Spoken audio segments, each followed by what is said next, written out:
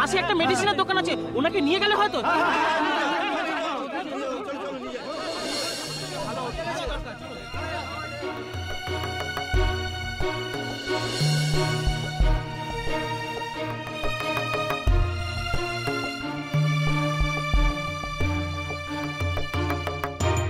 আমার একমাত্র ছেলে রূপমের সঙ্গে শুভ্রর বড় মেয়ে শ্রেয়ার বিয়ে হতে চলে।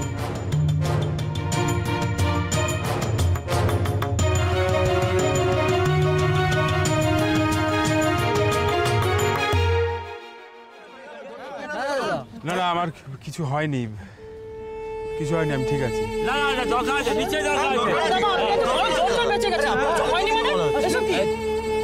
আরে দৌড় ছাড়ুন তো মশাই, আমার জন্য কাউকে কিছু করতে হবে না। আর আমাকে কোনো রকম দয়া দেখাতে আসবেন না, কোনো সহানুভূতির প্রয়োজন নেই আমার। আমি কারোর করুণার পাত্র হতে চাই না। আমি কারোর থেকে কিছু আশাও করি না। সরুন তো, আমি যেতে দিন।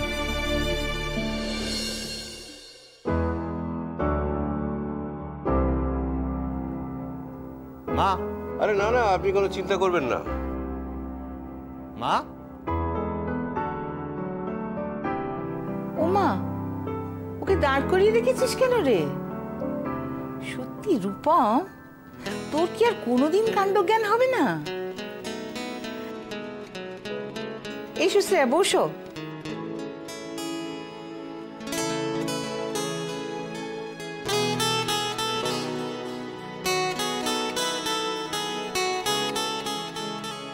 আরে নিশ্চয়ই নিশ্চয়ই, এত বড় একটা ডিল ফাইনাল হলো আর পার্টি হবে না, তা কি হয়? Thank you very much mister Banerjee. হ্যাঁ হ্যাঁ, আমি পরে ব্যাপারটা ফলো আপ করে নেব। Okay, bye. ডিলটা আলটিমেটলি ফাইনাল হয়ে গেল। মনসেখানি ধারে কাছেই আসতে পারেনি। Great news. হ্যাঁ, সব কিছু সম্ভব হয়েছে তোমার জন্য, মাই ডিয়ার সান। তুমি ব্যাপারটা এত সুন্দর সামলেছো, ইটস এ গ্রেট অ্যাচিভমেন্ট। না, আমার কিন্তু মনসুখানিকে নিয়ে একটু টেনশন ছিল। যাই হোক, এটা একটা দারুণ ব্যাপার। আমি ভাবতে পারিনি এতটা স্মুথলি হয়ে যাবে, আমি ভাবতে পারিনি। তোমরা সবাই কিন্তু একটা ব্যাপার খেয়ালই করলে না। এটা অবশ্য নির্ভর করছে যার যেরকম বিশ্বাস তার উপরে। তো আমার মনে হয় শ্রেয়া আমাদের ঘরের লক্ষ্মী। ও ঘরে ঢোকার সঙ্গে সঙ্গে আমাদের ডিলটা ফাইনাল হলো। আর আমাদের কোম্পানির ভবিষ্যৎ নির্ভর করছে এই ডিলটার উপরে। না, শুভ্রর বাড়িতে তো শ্রেয়াকে আর বেশি দিন ফেলে রাখা যায় না বিথি। শ্রেয়ার ব্যাপারটা যে আমার মাথায় আসেনি তা কিন্তু নয়, কিন্তু আমি কিছু বলিনি, কারণ আমি বললেই নিঘাত রূপম বলবে যে তোমার যত সুপারস্টিশন। ও এখন কিছুই বলবে না, দেখে নিও। এখন আমরা যা যা বলবো তাতেই ও হ্যাঁ করবে। ওকে, আমি একটু বেরোচ্ছি। বিথি, দেখে নিও শ্রেয়া কি কি খেতে ভালোবাসে। আজকে একটা শুভ দিন, ওকে কিন্তু ভালো মন্দ না খাইয়ে ছাড়বে না।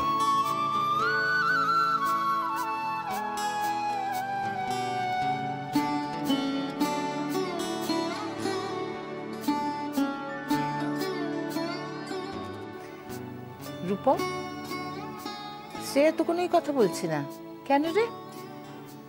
তুই কি রাস্তায় আস্তে আস্তে ওই সময় ঝগড়াঝাটি করেছিস নাকি? না না আন্টি, সেরকম কিছু হয়নি। কি? আমাকে আরেকবার বলো, কি বলে ডাকলে? কি বললে? বলো বলো বলো, কি কি বললে আমাকে? আন্টি, মা মা মা, আচ্ছা তুমি যদি এত বকাবকি ওকে করো না, তাহলে তোমার ঘরের লক্ষ্মী ও কিন্তু পালাবে। শোনো, আজ থেকে আর এইসব আন্টি টান্টি চলবে না, মা বলে ডাকবে, কেমন?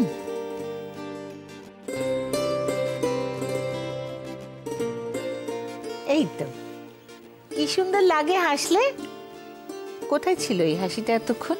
এই তো আমি দেখে এলাম, তো ঘরের মাঠে হাওয়া খাচ্ছিল হাসিটা। সত্যি সব সময় শুধু আর কি আর ফাজলামি। যা, তুই শ্রেয়াকে নিয়ে তোর ঘরে বস, আমি একটু জল খাবার নিয়ে আসি। যাও।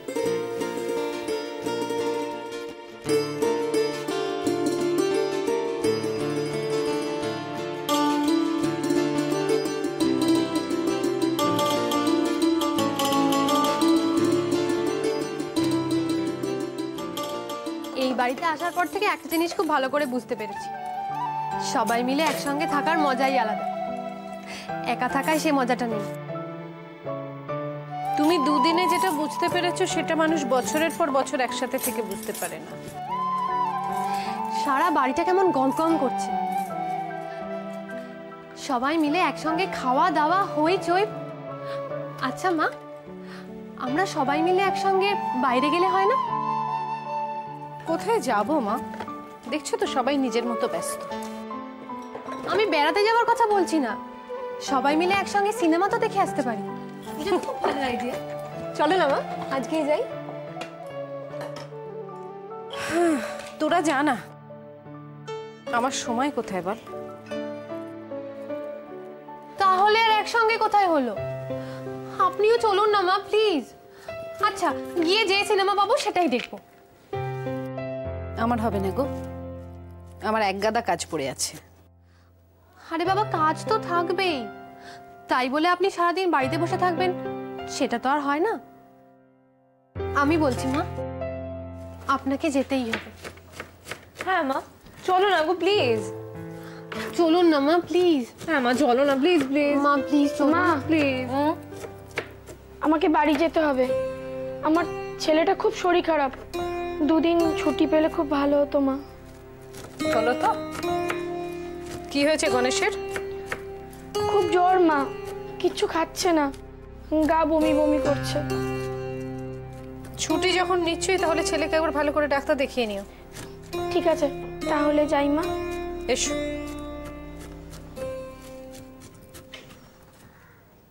আমার ভরসায় বসে থাকলে তোমাদের কোনোদিনই কোথাও যাওয়া হবে না। তবুও আমরা সবাই একসঙ্গেই যাব। আর আজই যাব। গণেশের মা চলে গিয়ে কাজটা কতটা বাড়লো সে খেয়াল আছে? তাতে কি হয়েছে? আমরা সবাই হাতে হাতে এইটুকু কাজ করে নিতে পারবো। কি জিনলি? হ্যাঁ, কাজ করতে আমরা থোড়ি ভয় পাই। আর আমরা সব কাজ শেষ করে ঠিক সময় সিনেমা হলে পৌঁছবো। ঠিক আছে, দেখা যাবে। আমাদের আন্ডার এস্টিমেট করছো না? ঠিক আছে, চ্যালেঞ্জ রইল। এই বৌদি চলো তো, আমরা এক্ষুনি ঘরদোর গুছিয়ে ফেলবো। হ্যাঁ চলো, দেখিয়ে দেবো সব।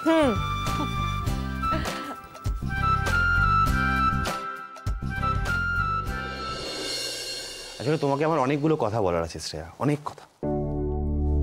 আর এতদিন ধরে বলবো বলবো করেছি, ভেবেছি বলবো, কিন্তু কখনোই না বলে উঠতে পারিনি। সব কথা আমার এইখানটায় স্টোর হয়ে আছে, কেউ বেরোতে পারেনি। অবশ্য ওদের দোষ নয়, ওরা আমার চাপাচাপিতে বেরোতে পারেনি। আমার কিরকম মনে হতো, আমার মনে হতো সংকোচের একটা বড় পাথর, বুঝলি তো, একটা বিরাট বড় পাথর যেন কেউ বুকের উপরে বসিয়ে দিয়েছে, আর কোনো কথা বেরোবে না। তো এখন একটু অন্যরকম ব্যাপার হয়েছে। এখন সংকোচের পাথর সরে গেছে, আর মনে হচ্ছে যে সব জমে থাকা কথাগুলো একদম হুড়ুর হুড়ুর হুড়ুর করে বেরিয়ে পড়ছে। এখন আবার আমি একটা অন্য প্রবলেমে পড়ে গেছি, কিছুতে ডিসাইড করতে পারছি না কোন কথাটা আগে বলবো, কোন কথাটা পরে বলবো। আচ্ছা ঠিক আছে, আমি না একদম প্রথম থেকে শুরু করি। আমি তোমাকে প্রথম যেদিন দেখেছিলাম, আমার কি মনে হয়েছিল জানো? আমার মনে হয়েছিল আমার মনের ভিতর যে সাদা ক্যানভাসটা আছে, তার মধ্যে সব কটা রং কেউ যেন একসঙ্গে ছড়িয়ে দিল। আমি জানি না এটাকে লাভ এট ফার্স্ট সাইট বলে কিনা, যদি বলে থাকে তাহলে তাই। আমি তোমাকে প্রথম দেখাতেই ভালোবেসেছিলাম।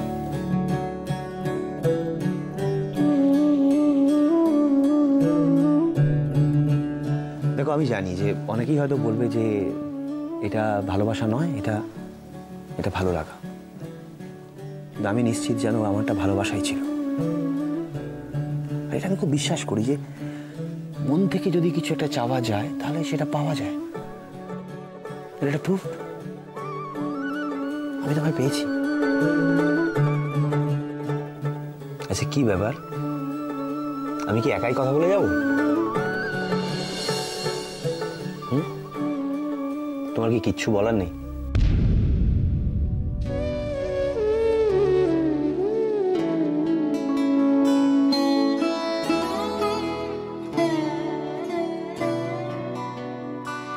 এলো আধার ঘিরে পাখি এলো নিড়ে তরি এলো তীরে শুধু আমার হিয়া বিরাম পায় না কো।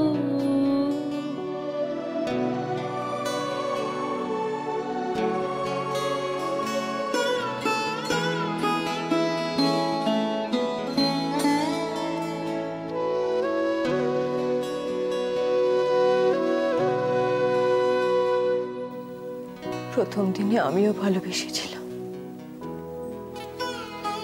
তারপর যত দিন কেটেছে, যত সময় আমরা একসঙ্গে কাটিয়েছি, তত ভালোবেসেছি। সত্যি?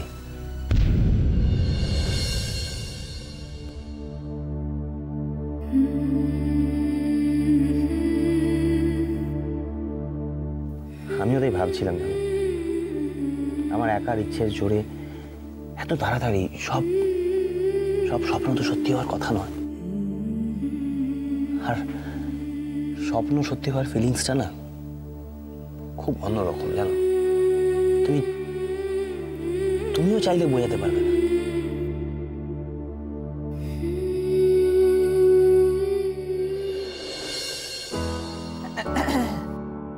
আরে তুমি ওখানে দাঁড়িয়ে কেন? ভিতরে এসো। অভ্যেস পাল্টাতে হবে। ভুলে যাই তো তুই এখন যে আর একা নোস।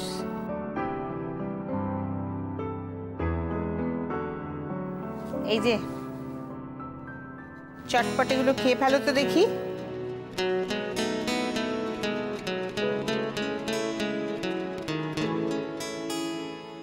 আর তারপরে এইটা দেখে একটু বলে দাও যে কোন ঘরে কি রং হবে।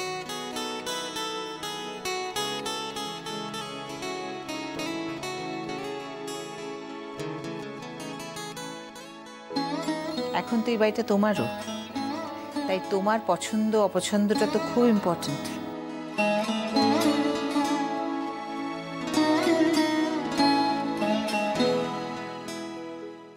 বারণ করেছিলাম, বারবার করে বারণ করেছিলাম যে এই অবস্থায় তুই বাইরে বেরোস না। সারাটাক্ষণ একটা ঘোরের মধ্যে আছিস, কেমন অন্যমনস্ক, কোনো দিকে কোনো খেয়াল নেই। এইভাবে রাস্তায় চলাফেরা কেউ করে? দেখি কি অবস্থা করেছিস বলতো।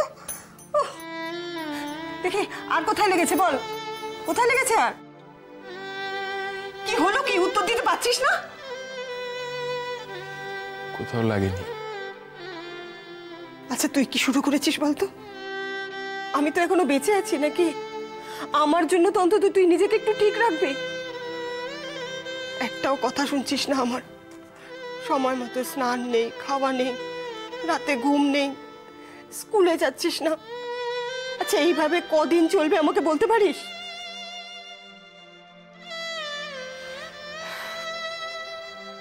খোকা একটা কথা বলবো, শুনবি?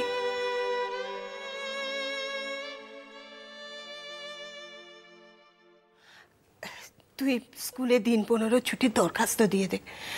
চল আমরা দূরে কোথাও কাটিয়ে আসি কটা দিন। আমরা জলপাইগুড়ি যাব, তোর মামার বাড়িতে।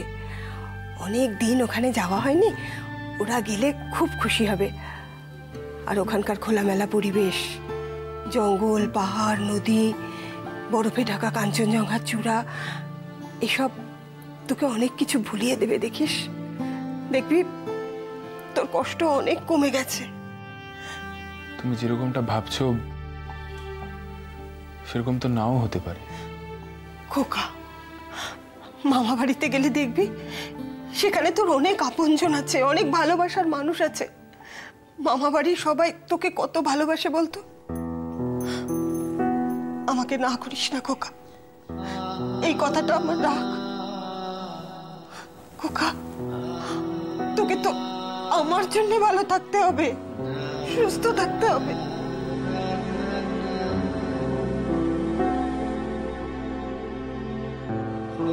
কিরে, যাবি তো বাবা? যাব।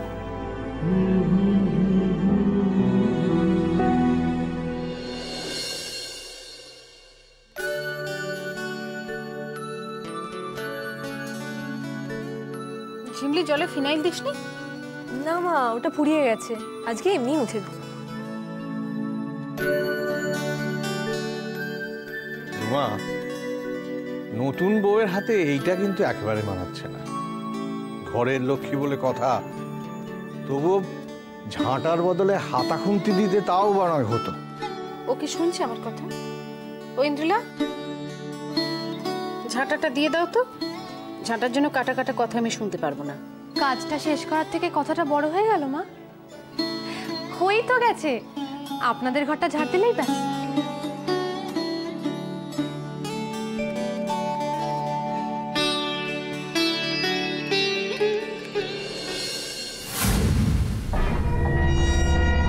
বেবি,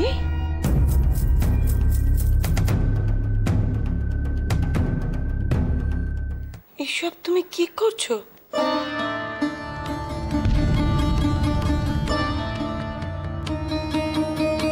তোমার হাতে ওটা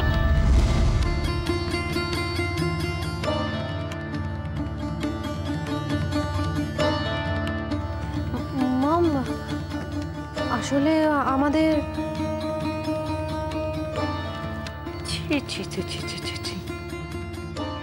এসব ঝাঁটা ফাটা তো কাজের লোকেরা ইউজ করে, তোমার হাতে এটা?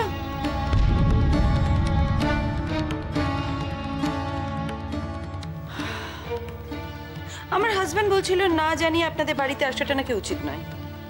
তাকে এলাম, তাই তো এরকম একটা সুন্দর দৃশ্য দেখতে পেলাম। দারুণ। এই জন্যেই কি আমার একমাত্র মেয়েকে আপনাদের বাড়ি বউ করে পাঠিয়েছি আমি? বাড়ির বউকে দিয়ে কাজের লোকের কাজ করাতে লজ্জা করে না আপনাদের? মম,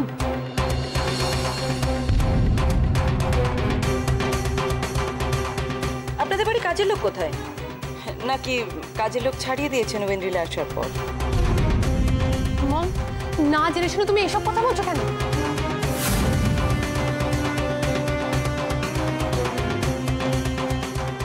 কথার মাঝখানে কথা বলে আমি পছন্দ করি না, তুমি জানো না? চুপ করে থাকো। তা বাড়ির কাজের লোকে ছাড়িয়ে দিয়ে কি পয়সা বাঁচাচ্ছেন? কিন্তু এভাবে আর কটা পয়সা বাঁচাবেন আপনারা?